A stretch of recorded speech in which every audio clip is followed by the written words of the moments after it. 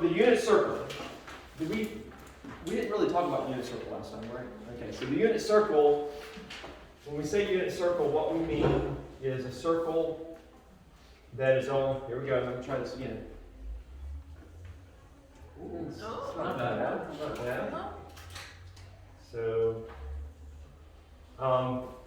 it's the radius of the unit circle is 1, all right? And so this is the coordinate plane here. And so this point here then would be 0, 1. That's not right. That would be 1, 0. 1, 0. This one would be 0, 1. This one would be -1, 0, and then this point would be 0, -1.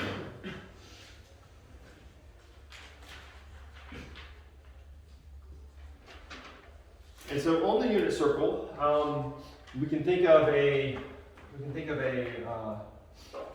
angle theta right here, and we can also consider some random point xy along the unit circle. And as we think about that, we can also take the length of this arc here and think of it as a value t. Now, when we had an equation last time when we were talking about radians, and we said theta equals S over R. was it S over R? I thought it was SR. Is it over R? Yeah, I'm pretty sure it's over T. Theta equals R. Is it SR? I wrote that down somewhere. Yeah, it's S over R. S over R? Mm-hmm. Oh, theta equals S over R. Sorry. Yeah. So we can rearrange that. This is what I'm looking at. We can rearrange that and write it as S equals R theta. Right? So that's another way to write it. And so in this case here, if you consider that, since the radius for the unit circle is 1, then this just becomes S equals theta, right? In radians. And what does S represent? When we were looking at that? Is it the arc? It was the arc. It was the length of the arc, right?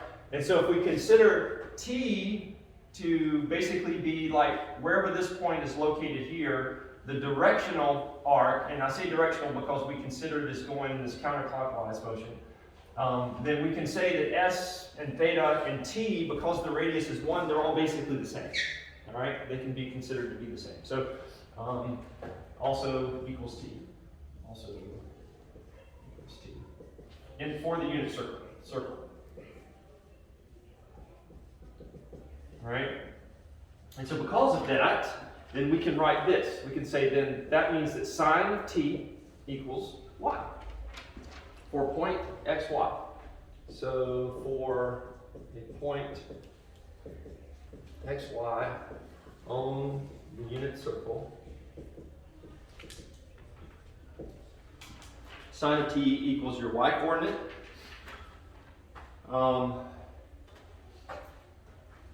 And if we think about that, you know, we can, if we kind of drop our dotted line down here and think about that as a right triangle, right? If this is a right triangle, drop down from point x, y, what's the length of this side here? 1. No, I'm not going all the way to this point. I'm just going to where I drop down my dotted line. If this point here is x, y, then this right here is the distance on the x-axis to get to that point. So this is just x. So that's just x. That's just the x that's in the parentheses then, right? Yeah, and this is going to be y. Does everybody see that? Yeah. And so then if you take the sine of, if this is the same as t, right? Or if theta and t and s can all be thought of as the same value, then the sine of this angle here is going to be opposite over hypotenuse. So it's just going to be y over 1. So sine of t equals your y coordinate. Does that make sense to everybody? Yeah. Why does sine t equals y? So think of this as theta is equal to t. Yeah. Okay, did you get that whenever we did this thing here? That makes sense. All right. And so just think of t as the length of your arc. It's basically the same as s.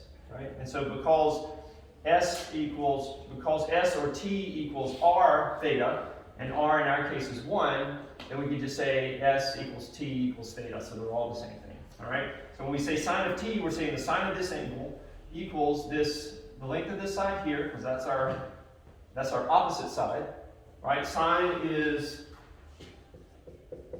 sakatoa, so-ka-toa, right? Sine is opposite over hypotenuse, so the opposite side is y divided by 1. And so y over 1 is just 1. And so that's why we can say that sine of t is y. And so then that means that cosine of t is going to be equal to what? Cosine is x over 1, right? x over 1. So cosine of t is just going to be our x coordinate.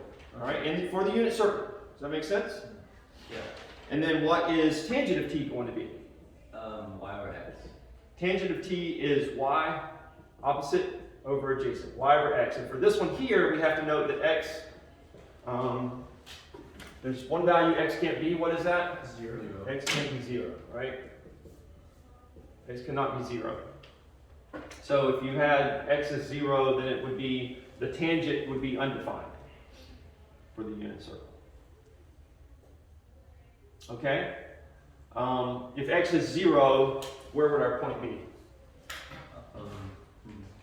Right at the. It's right here, right? So it's out right here at if we label this is 0 radians or 2 pi radians.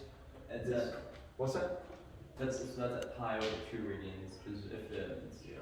That's right, pi over 2 here, right? This is pi, and this is 3 pi over 2. So I heard Hayden and I heard Alan. Was that you? Yes. Okay. So remember that. And what would the equivalent degrees be for this? This is of course 0 again, but what's 2 pi equal to? 360. 360. All right. Daniel's like, I am getting my name on the board. This one here is of course 90, right? 90 degrees, 180. 180, 270. Okay. and then 270. Who was that? Hayden. That was just me again. Oh, you again? Okay. I don't think you can put my name on the board. He's dominating the whole. No wonder Danielle's like, I'm hitting this. Hayden's gonna say something if I don't go ahead. All right, so if we look at these, then all we have to do to figure out the other trig functions is just we just take the reciprocal of each of those, right? So if so cosecant of t then is 1 over y, secant of t is 1 over x, and cotangent of t is x over y. And of course, for each of these, we also have to specify, y cannot equal 0, x cannot equal 0, and y cannot equal 0 here. All right? So those are our trig functions for the unit circle. And so like I said, when you look at tangent, for example, where x cannot equal 0, that means for tangent of this, as this point here, as well as the tangent of this point here, is going to be undefined. Because for both of these, the x coordinate is 0. All right? Likewise, for when the y coordinate is 0, like for this point and this point here, cosecant is going to be undefined, as well as cotangent.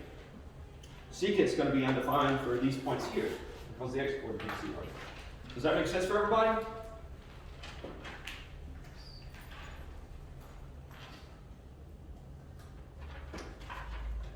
And so to me, this is the easy way to remember these, to think about this as forming, a triangle on here with this point, a right triangle, dropping it down, and you can easily see what the relationship is with that xy coordinate. All right? Of course, you don't have a cheat sheet. You can write that down in your cheat sheet, but to me, it's as long as you sort of think about setting it up like this, dropping your line down and forming your right triangle, you'll always be able to easily remember what these formulas are. All right, so let's do, actually there is a figure that I want you to see on page, 2 figures on page 266. And they've got the unit circle divided up into different angles. And I'm going to modify this one here so we can kind of leave it on the board going forward. So let me erase this.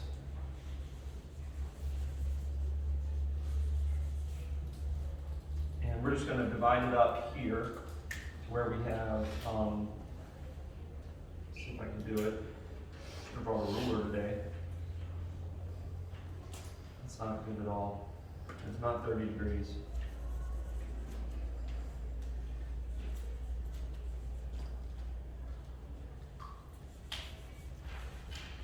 So you know what I'm going to do? I'm going to use a different color. Hey, I got new boots. Do you guys like my new boots? Yeah. Yes. Yeah, they're All really right. Nice. They're Uggs. Huh? Will they go Black Friday? They sort, well, not really. I got them yesterday. But Smith and Davis. Do you guys know Smith and Davis? Yeah, they were running a special. My wife and son went on Black Friday, and then they gave them a 40% coupon to use later. So I was like, cool, I'll get me some boots, because my boots that I was wearing before were hurting my feet, and they were like, these are super comfortable. So we'll see at the end of the day, right? I've never worn Uggs before. I always kind of thought they were ugly, actually. But these look better than like what I was first presented as Uggs. All right, so there we go. That's better. I'm going to do another one over here. This still is not quite right. This is supposed to be evenly divided. So just say, just have pity on your teacher. See, poor guy, he can't evenly divide in a circle. All right, so if we label it, if we do it like this, then we're going to have, this would be our 30-degree mark, or pi over 6, right, equals 30 degrees. This would be our pi over 3 mark, and that equals 60 degrees. And so we're also going to put this one right in the middle here. They do it as two separate figures in the book, but we're going to go ahead and label this one pi over 4, or 45 degrees. And so you guys need to get in the habit of, for these increments of 15, 30, 45, and 60, you need to start getting good at recognizing those all around the unit circle. All right. So if this is pi over 3 here, basically every pi 6 we're going to have one of these. So we've got pi over 6. This would be 2 pi over 6, which is pi over 3. Then we have 3 pi over 6, which is pi halves. And then we have 4 pi over 6 right here, which is 2 pi over 3. And then we have 5 pi over 6 right here. And we have 6 pi over 6 right here, which is 5 pi. This would be 7 pi. I'm not 5 pi, just plain old pi. We have 7 pi over 6 here. See how I'm just going around the unit circle in pi with pi over 6 radians, right, each time. So that would be 7 pi over 6. This would be 8 pi over 6, which reduces to 4 pi over 3. 9 pi over 6 would be here, where we get 3 pi over 2. This would be 10 pi over 6, which reduces to 5 pi over 3. And then 11 pi over 6 right here.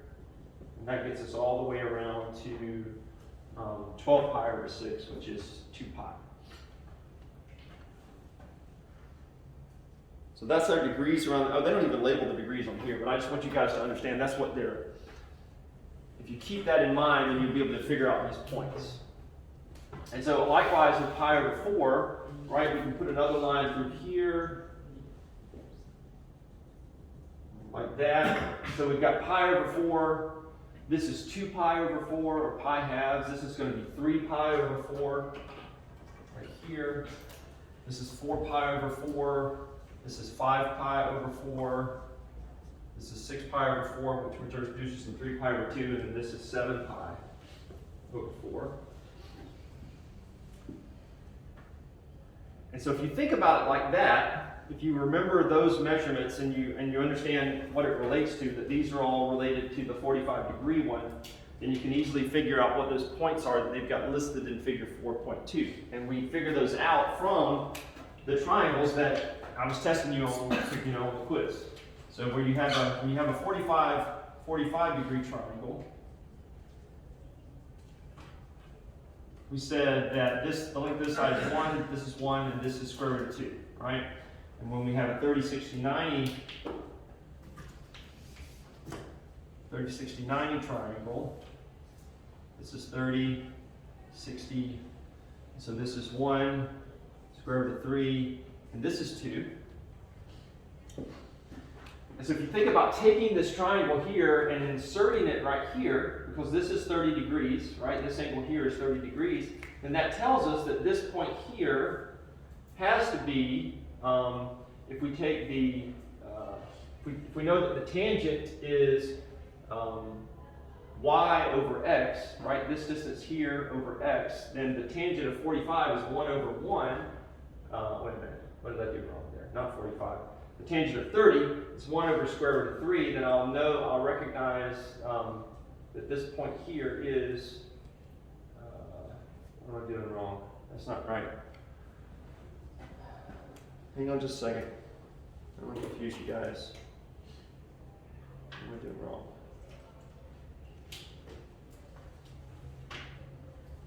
Sine is square root of 3. I had this totally worked out in my head last night. It made perfect sense. 1 over 2. Oh, it's sine. I'm sorry, I'm doing tangent. Sine. Sine is your y value, right? So if we think about the sine of this guy here, what is sine of 30 degrees? Sine of 30 degrees is opposite over hypotenuse. That's our y value. So our y value right here is going to be 1/2. You guys see that? And the cosine is x, and so cosine is square root of 3 over 2. So that's going to be our x value. Okay. So that's what all these points correspond to. If you know the special triangles, then you'll be able to know what all these points are. Okay? We see the same thing with 45. Sine of 45 degrees is 1 over square root of 2. 1 over square root of 2, you never leave the radical on the bottom of the fraction, so we would multiply top and bottom times square root of 2, right? And that would give us square root of 2 on the top over 2 on the bottom. So that's where we get this point here as being the x value is the cosine. Both of them are 1 over square root of 2, the cosine and the sine. So these points are going to be, this point's going to be square root of 2 over square root of 2 over 2 and square root of 2 over 2 for the y value as well. And so when we get to 60 here, we think about the opposite direction. We use cosine for our x value. The cosine of 60 is adjacent over hypotenuse, so this will be 1 over 2. And the sine of 60 is opposite square root of 3 over the hypotenuse, which is 2. So this point is going to be square root of 3 over 2. Okay, everybody following that? Why are you using like specific, like either sine or cosine? Because sine is our y value for our coordinate, and cosine is our x value for our coordinate. Remember we established that when we first wrote, we said that we could take any point x, y on here, and we say that this is true for that point. Okay, so how does the y and x apply to what you're doing? So if the sine of our angle here, if this angle right here, that angle is 30 degrees, or pi over 6, okay? If that angle is 30 degrees, then we know that the cosine, which is our x value, we know that the cosine of 30 degrees is the adjacent side over the hypotenuse, square root of 3 over 2, so we make that our x coordinate. And we know that sine of the angle is the y coordinate, and sine of 30 degrees is 1 over 2, and so that becomes our y coordinate. Okay. Does that make sense? All right. And so now once you get that, then you're going to have the same coordinates all the way around this thing, but you just have to adjust the sign based on which quadrant that you're in. And so what you have to do is you always think though of the angle, like this angle is 30 degrees here, you think of the angle as it relates to the x-axis. All right. So for the triangle that we have over here, this is what you need to think of as 30 degrees. So if that's 30 degrees, then this point here is going to have the same coordinates as this. It's going to be square root of 3 over 2, comma 1/2. But because we're in quadrant 2, where our x coordinates are negative, then it's going to have a negative sign in front of that.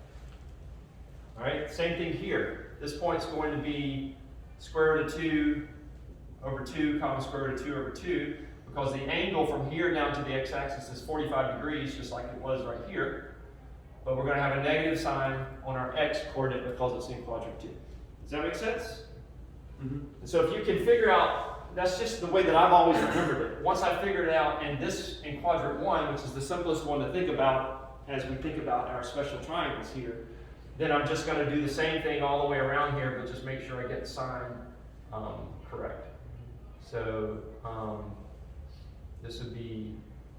negative 1/2 square root of 3 over 2. All right, and you can do that all the way around the board there. And so that's got that spelled out for us on the in figure 4.21 and figure 4.2. But if you understand that relationship that I'm talking about there, then you'll just be able to draw this down.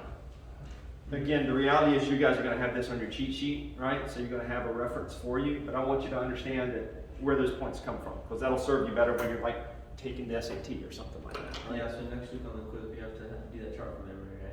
So next week on the quiz, yeah, you're not going to have you won't have your cheat sheet, right? So I may ask you some questions about the unit circle. I may say, things like if this, what this angle is here, what's this point have to be, right? So stuff like that. Okay. Yep. All right, does that make sense? Mm-hmm. Any questions about that? It doesn't make sense? It makes sense. Oh, it makes sense. No questions. questions. Okay. I looked at the wrong point, right? All right, so we need to do some examples so we can see how we apply this, right? So on page 267, I'm just going to kind of randomly pick some here. They tell us they ask us for the 6 trig functions at each real number. And so they tell us what t is equal to. And remember, we're going to think of t as the angle that's down here, right? So if t is pi over 6, then we're right here, right? We're at the point where this angle down here is pi over 6, or 30 degrees. And so we can say for that one, because we know these coordinates here, then it's really easy. Let's just kind of talk through some of that, right? What is sine of pi over 6? Sine of t is just going to be our y coordinate. So sine of pi over 6 is just going to be 1/2, right? Cosine of t is just going to be our x coordinate. So it's going to be square root of 3 over 2, right? The tangent, you'll have to do a little more work here because the tangent is going to be the y coordinate over the x coordinate. So tangent of pi over 6 is going to be 1/2 over square root of 3 over 2. So of course then we multiply the reciprocal of the denominator times the numerator. And I said do the reciprocal, but I didn't do it. It's going to be 2 square root of 3. When I multiply that out, my 2's are going to cancel out, so I get 1 over square root of 3. So I have to multiply top and bottom to get by square root of 3 to get rid of that radical on the bottom. And so I get square root of 3 over 3 as my answer for tangent of pi over 6. Did I lose anybody in that process? Do you see how as long as you know these points, you can easily figure these out? Yeah. There are going to be some points that they ask you for, like where t equals pi, right? So t is this point right here. And so when t equals pi, we're going to have some values that are going to be undefined, right? Specifically, which of our trig functions, here's our 6 trig functions. Which of these trig functions are going to be undefined when they say that t is equal to pi?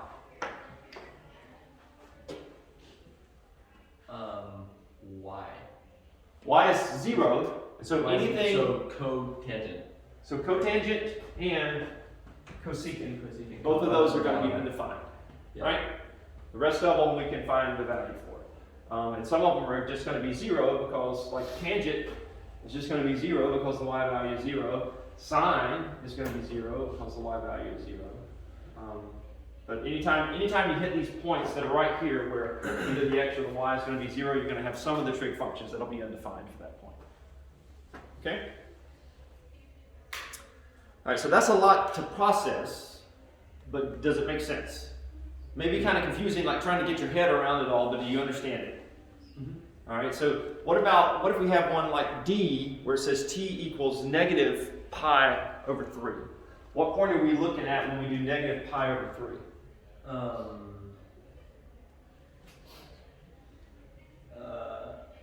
11 pi over 6. That's also negative pi. So you're saying right here? Yeah. Does everybody else agree? No. That would be 5 pi. Yeah, 5 pi. This Sorry, one, it's right? 60 So if we do 2 pi minus pi over 3, we'll get 5 pi over 3, right? So you can always do that. You can always say, okay, they said negative pi over 3, so I'm going to subtract that from 2 pi, which is the full 360 of the circle. And so then to get a common denominator, I'm going to change that to 6 pi over 3 minus pi over 3, which equals 5 pi over 3. So then I know I'm looking at this point here. Yeah. This point here is going to correspond to this point here. So it's 1/2 Over. and square root of 3 over 2. The same x and y values, we just have to get our signs correct. And then but then the y value is going to be negative, right? The y value is going to be negative right here. Yep. Okay. Right? So over here, both values will be negative. Right? Here the y value will be negative, here the x value will be negative. And so now that we have that point, then we can easily do all of our functions. So if it asks, for example, the secant, if we do the secant, it's going to be 1 over x, so it's going to be 1 over 1/2, which is 2. The secant of negative pi thirds will be 2. And you can just plug those in for all of those trig functions. Any questions about that overall? No. It's like I get it now, don't know what will happen when I take the kids. All right, so the next thing that we need to talk about is the domain, or we need to talk about periodic functions. So do you understand that as I go around the unit circle here, once I hit 2 pi, then everything repeats again. And I could go around again. If I'm going in this counterclockwise direction, one revolution is going to be 2 pi, another revolution is going to be 4 pi, another revolution is going to be 6 pi. And when I get back here to 4 pi and then 6 pi, my x and y values will always be the same. Right? Just like if I add 2 pi to this, so 2 pi would be 12 pi over 6, and so if I add a pi over 6 to that, that means that 13 pi over 6 is this same point going around 2 pi, and so my coordinates are going to be the same at 13 pi over 6 as they are at pi over 6. And so the point to this is that the unit circle, when we talk about the unit circle, it has a period. The period is 2 pi. Every 2 pi, you're going to hit the same point, and the x and y values are going to be the same. It's a periodic function. Okay? Sine, cosine, all of these trig functions are. Is that true for all? Yeah, they're all going to be periodic functions. So if you know what the period is, then you can easily, and you know the values, the initial values, and you can easily figure out the other values if they're greater than whatever that period is of the function. So let me write this down in some fashion that hopefully is said better than I just said it, right? So this is what I was trying to get you to see a minute ago. When we look at it, sine t equals sine of t. So sine, if like for this point here, sine of 30 degrees is also going to be equal to sine, or sine of pi over 6 is also going to be equal to sine of t plus 2 pi, right? Just kind of stating that like I just did it, and that's also equal to sine of t plus 4 pi, and we could just kind of keep going, because every time it's going to repeat itself. And so the final, we could use a variable to say that sine of t equals 2 pi. Whoops, sine, this all equals sine of t plus 2 pi n, where n is some integer. Right, so for this function, for the sine function, 2 pi is our period. And so to write that in a generic way, we could say a function is periodic when there exists a positive real number such that f of t plus c equals f of t. So in our case, that real number is 2 pi for the sine function.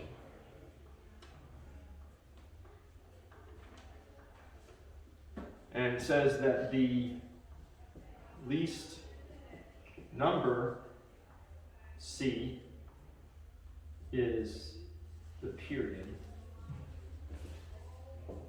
of f. So if I asked you what is the period of the sine function, we would say the period is 2 pi. If I asked you the period of the cosine function, you would say the period is 2 pi. And the unit circle makes that clear.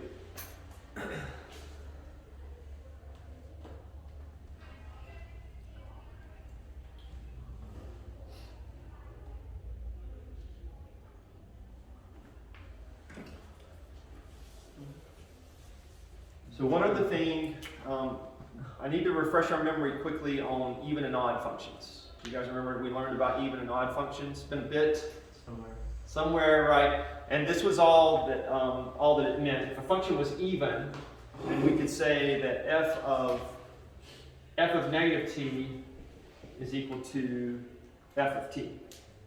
So if you substituted in a negative value for x, you would get the same y value. And so basically that's going to be a function that looks like this, right? So if we had like this function here, you know, for a point, if we had a point 1, 0, I'll do 1, 1 here, then we would have a corresponding point on this side that was negative 1, 1. So we plug in the negative value of x, but we get the same y value.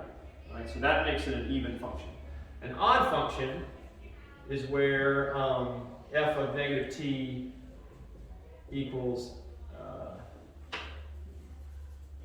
negative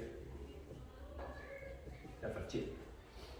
So for an odd function, that would be a function where instead of it looking like this, it would be like this number here, where we've got a point over here which is negative 1, negative 1. All right, so that was, does that seem familiar? You guys remember that, right? So it turns out that these functions are, some are even and some are odd, and we need to know which ones are which. So I'm going to write that down so we can do a couple of problems associated with it. Cosine of negative t. So the even ones are these. Even are cosine, which means cosine of negative t equals cosine of t. And secant. Secant of negative t equals secant of t. So secant is the inverse of cosine, right? And so it's really, if we just remember the cosine is the even one, then it'll be easy for us to remember that the secant is also the other. Secant is the other one which is also even. All the other trig functions are all odd. All right. So that means sine of negative t is going to equal negative sine of t, and the cosecant of negative t is going to equal the negative cosecant of t.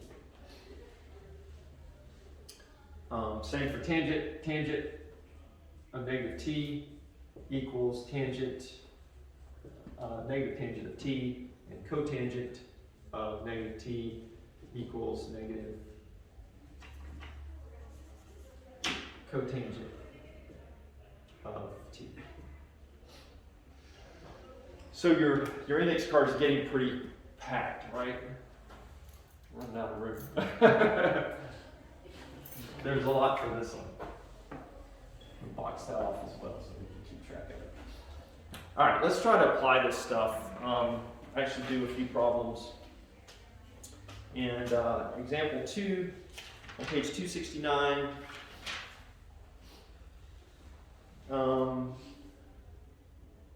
Says that because 13 pi over 6 equals 2 pi plus pi over 6,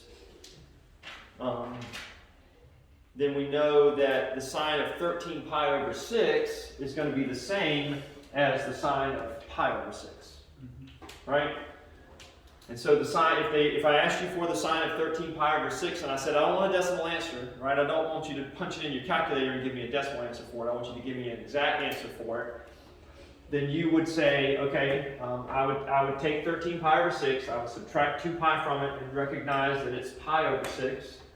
And then I would find the sine of pi over 6. The sine of pi over 6 is just going to be the y value, so it's going to be 1/2. So the sine of 13 pi over 6 is 1/2, right?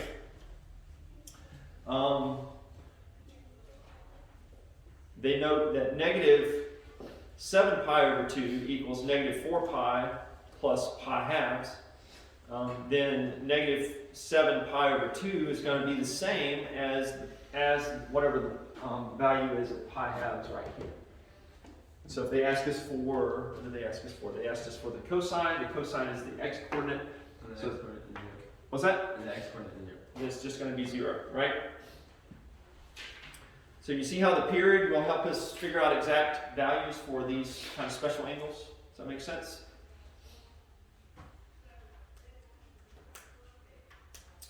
What about C? They tell us that sine of t equals 4/5, and then they ask us for this, the sine of negative t, and we use the knowledge that we have here. The fact that it's odd tells us that then the sine of negative t is going to be negative 4/5. If it had been cosine that they'd asked us for, what would the answer have been? If they said the cosine of t was 4/5, what would the cosine of negative t have been? Just positive 4/5? It would be the same thing, right? Because cosine of negative t is the same as cosine of t. So it would have been positive 4/5 for both of those. Questions about that? Does that make sense? Mm-hmm. Can you guys do this on your calculator? Not yet. Huh? Mm-hmm. Let's try that real quick, all right? So let's see if you can do sine of 2 pi over 3 on your calculator. Now, your calculator may be set to degrees right now, so you're going to have to change the mode to radians. And unfortunately, you're not going to be able to do that, Diego. That little dinky calculator is not going to support it. I'm going to grab this while I'm thinking about it. It just stays, yeah, it's just because it's solar powered, it stays on as long as it's open. So how do you change it to the... Yeah, it's been a while since I've looked at it. You find it? There's a mode button, right? Okay. And then we just draw it down to, it's in radians. It's already in radians, so you should be good. So you should be able to just punch in sine, which I'm assuming is going to give you an open parentheses when you do that. Did it? Okay. And what I don't know on your calculator is if it's going to be okay with you doing 2 pi, or if it's going to want you to do 2 times pi. So you need to figure that out. What are we putting in? So you're putting in, sorry, it's that first one there at the bottom. Sine, you're doing sine of 2 pi over 3. Is what I want you to do. And if you do it correctly, you should get the answer 0.8660 with maybe some additional numbers after it. 60254. Yeah. So make sure that you can get that, so if you have to get a decimal answer on a test or a quiz, you'll be able to do it. Did everybody get it? Wow, the Oreos ended up on Danielle's desk. How interesting. Did you use the force? Yes. Yeah, okay. Mine isn't working. What do you guys think? Who actually ate an Oreo? I did. What did you guys think? It was really good. It's pretty good, right? I like the little, it's got like sugar crystals in the cream too, so there's kind of crunchiness in there. It's pretty good. Mine hates me. Huh? It's not working. It's not working? No. Alright, let me see. So did you guys, were you able to do just 2 pi, or did you have to do 2 times pi? I tried. You were able to put 2 pi? I tried both of them, so I didn't. Oh, now you've got sine of negative 1. I don't know why that is. Here.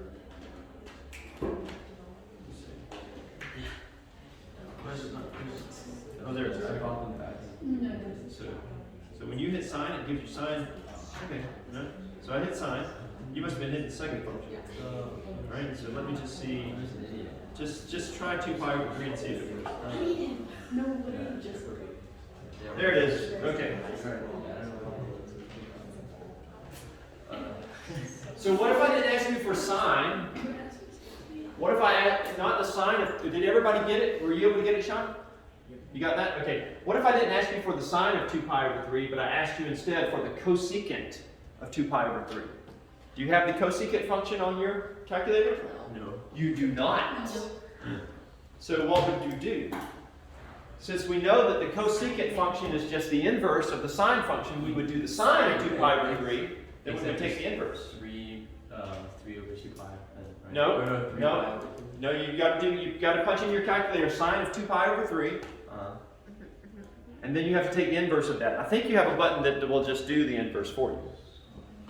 We do? I thought you did. I want that button. I want that button too. It's that. Oh. Which one? Wait, I don't know. So there's an x to the negative 1.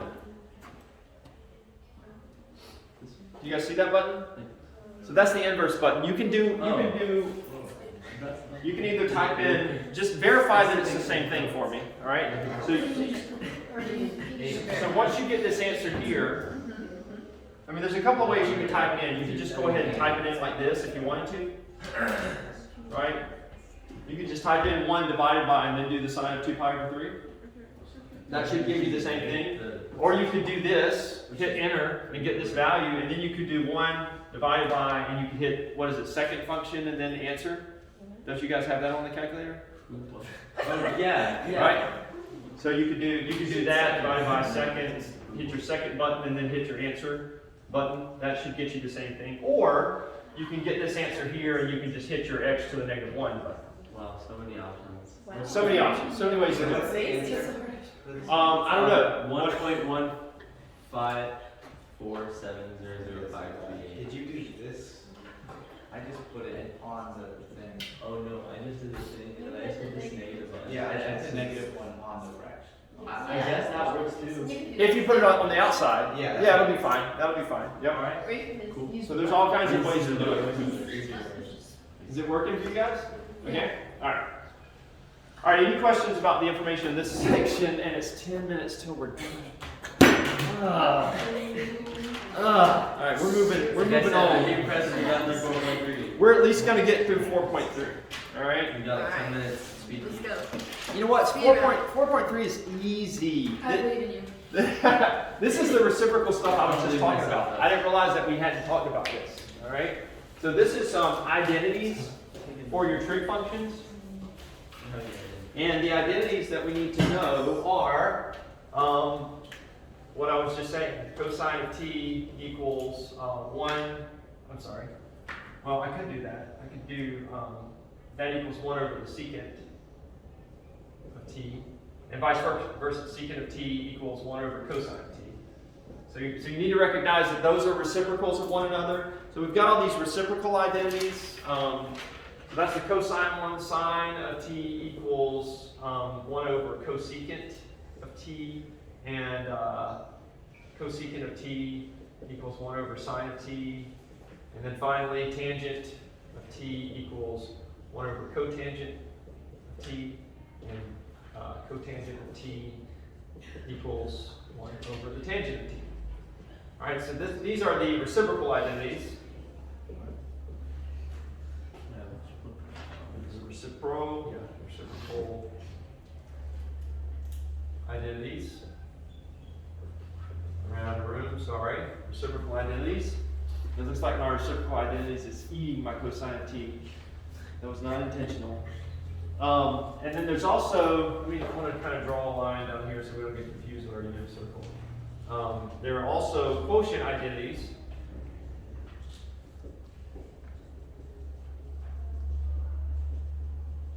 And these identities are things like tangent of, I'm going to switch to theta, because that's what they have in the book. It doesn't matter, you can do t or theta. But I actually like theta better because it doesn't have it. I got 2 t's on the end here, so it just looks a little confusing. That's sine of theta over cosine of theta. All right, so that's another identity you need to know. And so if that's what the tangent of t is, then we would expect the cotangent the tangent of theta, what would we expect the cotangent of theta to be? Cosine over sine. Yeah, just the inverse of that, right? Cosine of theta over sine of theta. And then the last one is the Pythagorean identities. All right? And the Pythagorean identities are sine squared of theta plus cosine squared of theta equals 1.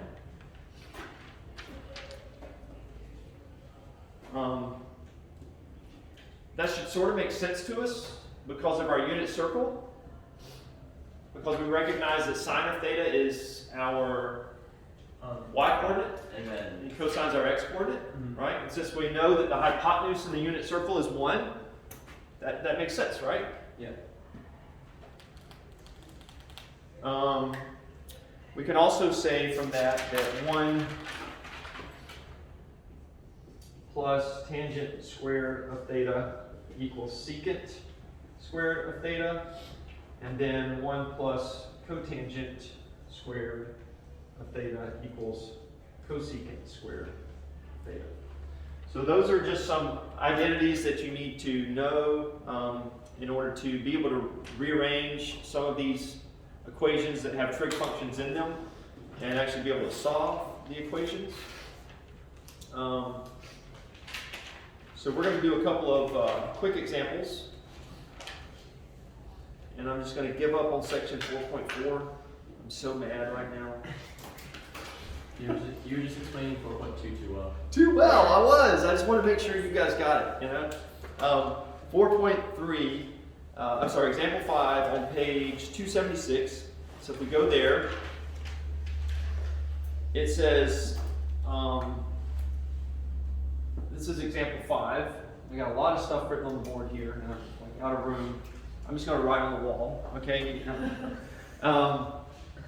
It says, let theta be an acute angle such that cosine of theta equals 0.8. All right? So I'm just going to kind of divide our stuff off here. I'm going to put a nice little line like that. We're going to try to work in this area right here. You guys with me? All right. Cosine of theta equals what? That's how my math homework looks. What's that? That's how my math homework looks, just like Right. Cosine of theta equals 0.8. Find the values of sine of theta. All right. So if we know cosine of theta, can we figure out the sine of theta? We can, because of this identity right here, right? So that identity tells us that sine squared of theta equals 1 minus cosine squared of theta, if we rearrange that. And so that means that sine squared of theta equals 1 minus 0.8 squared. And then you square that. And then we punch that in our calculator, we'll get a decimal value, right?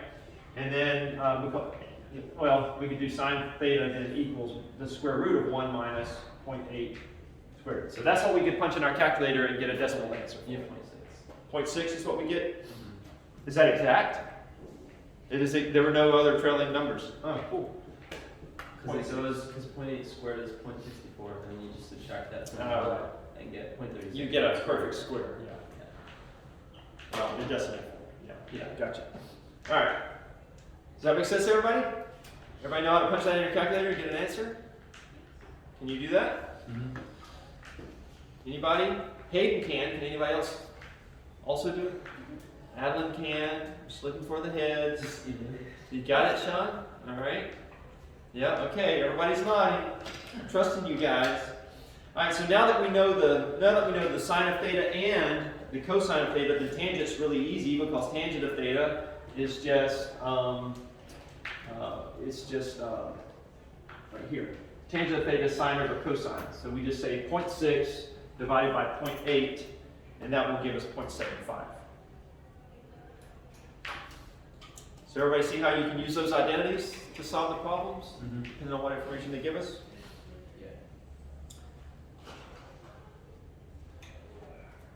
Let's try example 6.